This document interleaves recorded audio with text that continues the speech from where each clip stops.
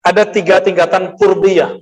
Ada qurbul arkan, ada qurbul jinan, ada qurbul arwah.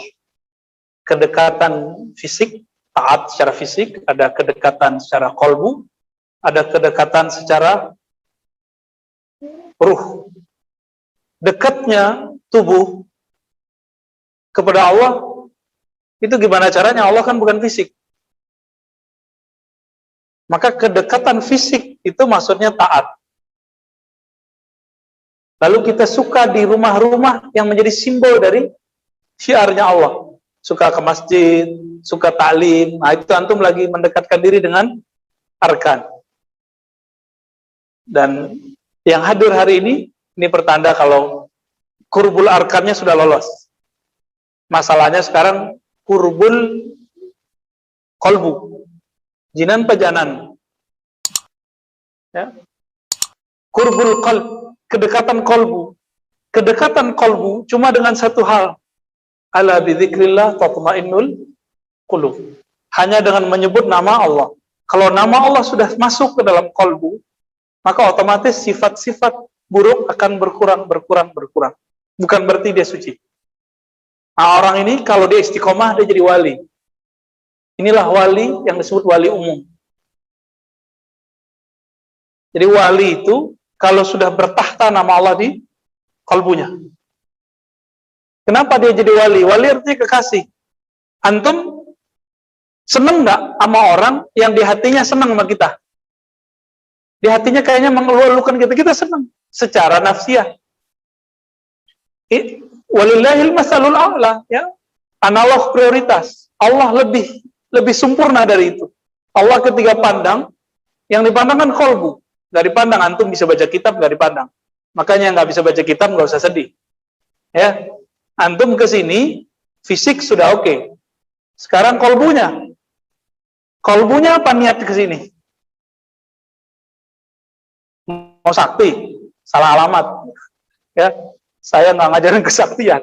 Ya, mau ngapain? Mau debat? Cari ilmu, Ustaz. Masa debat saya udah lebat. Kecuali antum datang 5 tahun lalu, saya ladenin. Sehari semalam juga kita ladenin kalau debat. Mau debat kitab aja boleh, mau adu apa boleh. Tapi itu sekarang saya malu kalau ingat kalau saya suka debat. Kalau ada yang nantang, kadang-kadang terpancing juga. Terpancing juga. Kita debat itu bukan masalah benar dan salah. Orang debat itu masalah dia berani aja berargumentasi. Maka jangan percaya kebenaran ada dalam perdebatan, gak ada. Wallahi, gak ada kebenaran dalam perdebatan. Saya nggak ketemu. Yang ada apa? Saya ini debat sama Dais ini, dokter nih ya. Dilihat sama orang lain. Mau kalah nggak? Nggak mau kalah lah. Yang ngeles kalau nggak bisa jawab ngeles. Saya akan ngeles. Jaga image dong, ya kan? Kira-kira seperti itu. Nah, inilah bedanya wali. Imam Syafi'i itu wali. Apa kata beliau? Jika aku debat, aku berharap ada kebenaran muncul dari lawanku, lalu aku ambil. Nah, kalau sudah begitu, antum debat, ayo datang sinilah, ya. Kita akan ambil nanti ilmunya. Tapi kalau enggak usah.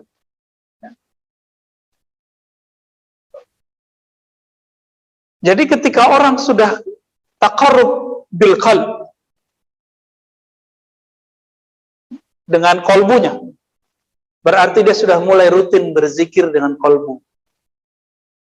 Ya, maka sebelum masuk ke zikir talqin, antum zikir dulu ya hayu ya qayyum. Sampai itu udah ringan, udah enak, lapor. Ya, boleh lapor nanti ke Sidi Musa, ya, boleh ke Ustadz Panji, boleh ke siapa nanti, ke teman-teman ribat. Nanti kita bimbing talqin. Kita ambil tabarruk, ngambil sanad zikrullah dari Rasulullah SAW dengan sanad yang masih ada sampai hari ini. Ya, masih ada. Sholat aja kita pelajari dari guru. Masa zikir kolbu nggak diambil dari guru? Hebat amat ente. Ya, hebat sekali sekarang orang-orang yang mengatakan saya nggak perlu guru, saya cukup kitab. Yang pakai kitab dia ada gurunya. Jadi di kampus kita nih dulu ada yang ngomong Imam Ghazali nggak ada guru. Berarti dia nggak baca kitabnya. Imam Ghazali di hampir semua kitabnya mengatakan dia berguru, kecuali kitab filsafat. Dia nggak ada gurunya. Jadi dia tidak berguru dalam satu bab, yaitu babul falsafah. Ya. Dan kedekatan yang ketiga itu birruh. Ruh itu kedekatannya adalah zauqul ma'arif. Jadi beda zauqul asma dengan zauqul ma'arif, itu beda. Kedekatan kalbu menyebut nama Allah. Sebut nama Allah enak. Biasanya guru-guru tarekat tertentu sudah ngasih ijazah muridnya. Padahal belum itu. Ya, dia harus sampai ke babul ma'rifah. Kedekatan ruh. Baru permanen itu orang. Ya. Dulu nyebut nama dengan kalbu. Sekarang mengenal yang punya nama. Itulah yang disebut ma'rifat. Ma'rifatul musamma. Jadi kalau thariqat kalbu, zikir khafi, nyebut nama Allah. Ya Allah, Ya Allah, La ilaha illallah, Ya Rahman, Ya Rahim. Itu kita sebut namanya. Sekarang antum tahu nggak siapa itu Allah? Karena Allah bukan benda, maka nggak bisa diceritakan. Maka hanya bisa dirasakan, disebut dzauq. Oleh karena itu, orang-orang ini berhak dapat gelar arifin. Arif, orang yang bermakrifat kepada Allah. Jadi tolong jangan sembarangan bilang Syekh Al-Arif, Syekh Al-Kutub Al-Wali, jangan sembarangan. Ini berat. Nggak semua orang dapat gelar itu, ya. Itu urusan Allah, Rasulullah, dan wali-wali besar.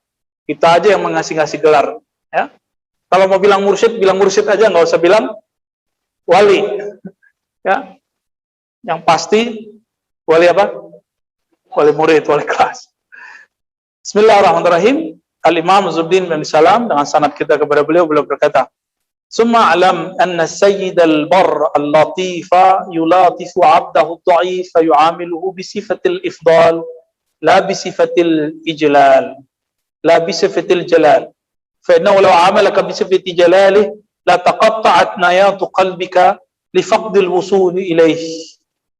Teman-teman yang mulakan Allah, Allah itu kenapa di Quran lebih sering menyebut Bismillahirrahmanirrahim, bukan Bismillahil jalali wal ikram? Kenapa? Bismillahil qahharil muntaqim. Serem nggak dengarnya? Dengan nama Allah yang maha memaksa, muntaqim, yang membalas siksaan seseorang. Kalau itu kita sering baca, kira-kira gimana? Serem, ya? Bismillahil muntaqim. Gimana? Bismillahi zintiqamin. Waduh, serem, ya. Bismillahilladzi yu'azzibu man yasha. Dengan nama Allah yang menyiksa. Nggak ada tuh ayat begitu, nggak ada. Nggak ada permulaan ayat tuh begitu, nggak ada. 114 ayat. Ada 113 permulaan basmalah. Kenapa? Karena Allah ingin berbicara dengan kita dengan Bismillahirrahmanirrahim. Al-Quran itu ada satu-satunya cara kita berdialog dengan Allah. Ini mau Ramadan. Antum latih dari sekarang baca Qurannya. Latih dari sekarang. Muraqabah Quraniyah namanya. Membaca Quran lalu merasa berdialog dengan Allah. Itu pintunya cuma Quran. Dan coba lihat semua surat kecuali Al-Bara'ah dimulai dengan basmalah, kecuali Mushaf Ibn Abbas. Tapi Mushaf itu sudah nggak ada. Berarti Allah yuridu wa yatakallam bina birrahmah. Ya, Allah itu ingin berkalam-kalam dengan kita itu dengan rahmahnya, bukan dengan keperkasaannya, jalalnya. Jadi tolong jangan minta keadilan Allah. Antum sering ngomong nggak Allah nggak adil? Ya, itu kafir langsung. Ini pernah ngomong nih, kita syahadatin langsung di rumah. Ya. Untungnya dokternya dicopot saat itu. Mau dia ngomong asyhadu alla ilaha illallah, kalau nggak pasti pergi langsung.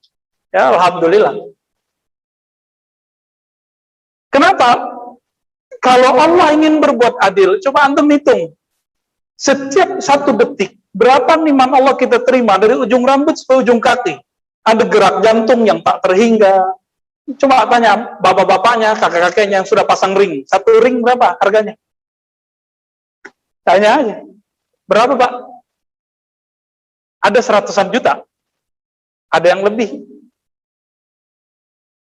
Wallahi ya, kalau kita minta keadilan Allah Subhanahu wa taala, mampus. Itulah maksudnya Nabi mengatakan, kamu masuk surga dengan rahmat Allah, bukan dengan masuk surga. Di surga itu orang masuk surga jazaa'an bima kanu ya'malun, balasan terhadap apa yang mereka lakukan. Allah menyebut kita beramal, padahal amal itu Allah yang ngasih. Nah, itu Rahman namanya. Orang azan, la haula wala quwata illa billah, ya kan? Tapi Allah kasih hadiah. Qad aflahal mu'minun alladzina hum fi salatihim khashi'un. Orang beriman beruntung. Apa beruntungnya? Mereka di dalam salat mereka. Allah menyebut salat yang kita katakan tadi, ya Allah, aku tidak sanggup sujud dan ruku kecuali dengan bantuanmu. Sekarang Allah sebut, ini salatmu. Itu pahala yang paling gede, kata Ibnu Athaillah. Jadi pahala paling besar bukan antum nanti dapat bidadari 72. Ya, yang mau dicapai oleh teman-teman teroris itu. Emang masih teman kita ya? Iya, masih teman lah, dia masih syahadat. Cuma sayang, salah paham. Sorga dia sorga seksual doang. Mau sih ya. Cuma sorga kan bukan itu doang.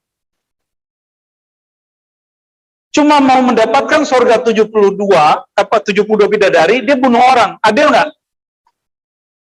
Itu preman atau wali Allah? Ya? Itu kekasih Allah atau musuh Allah?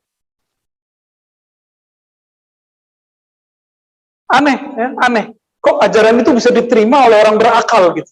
Lahum qulubun la ya'qiluna biha. Itu yang disebut punya akal, punya qalbu nggak mikir.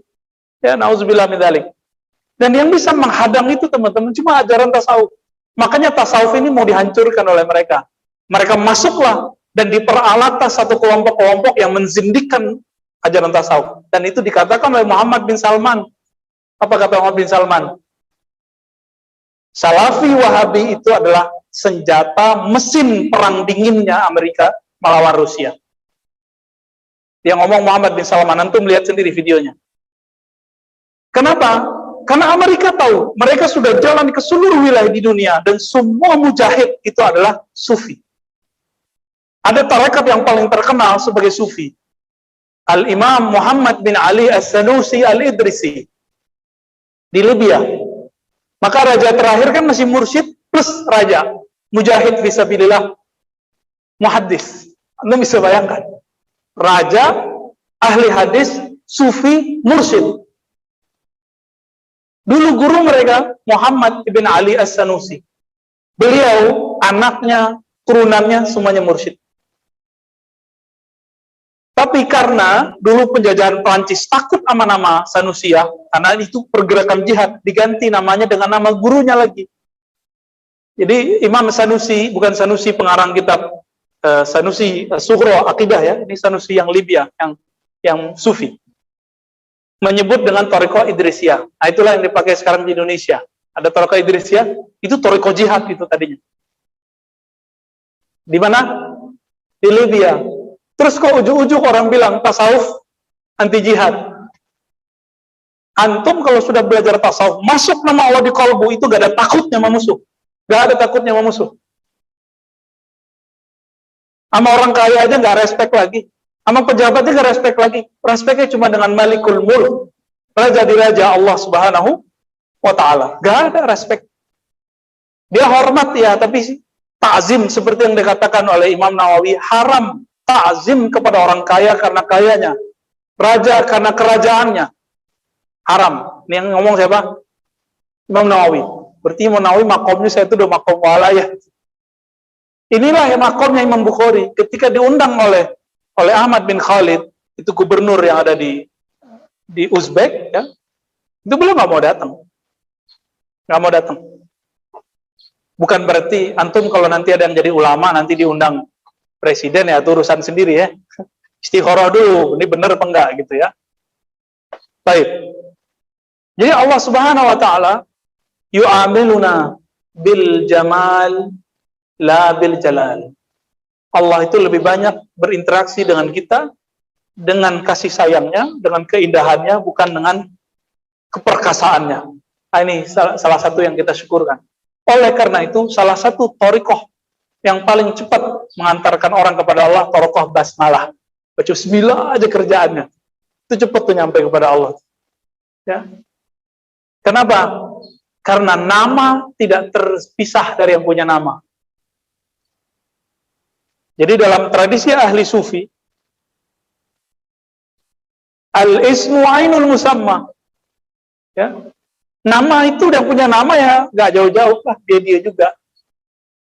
Maka orang yang baca nama Allah di kolbunya, ya Allah kemudian mendekati dia ke kolbunya.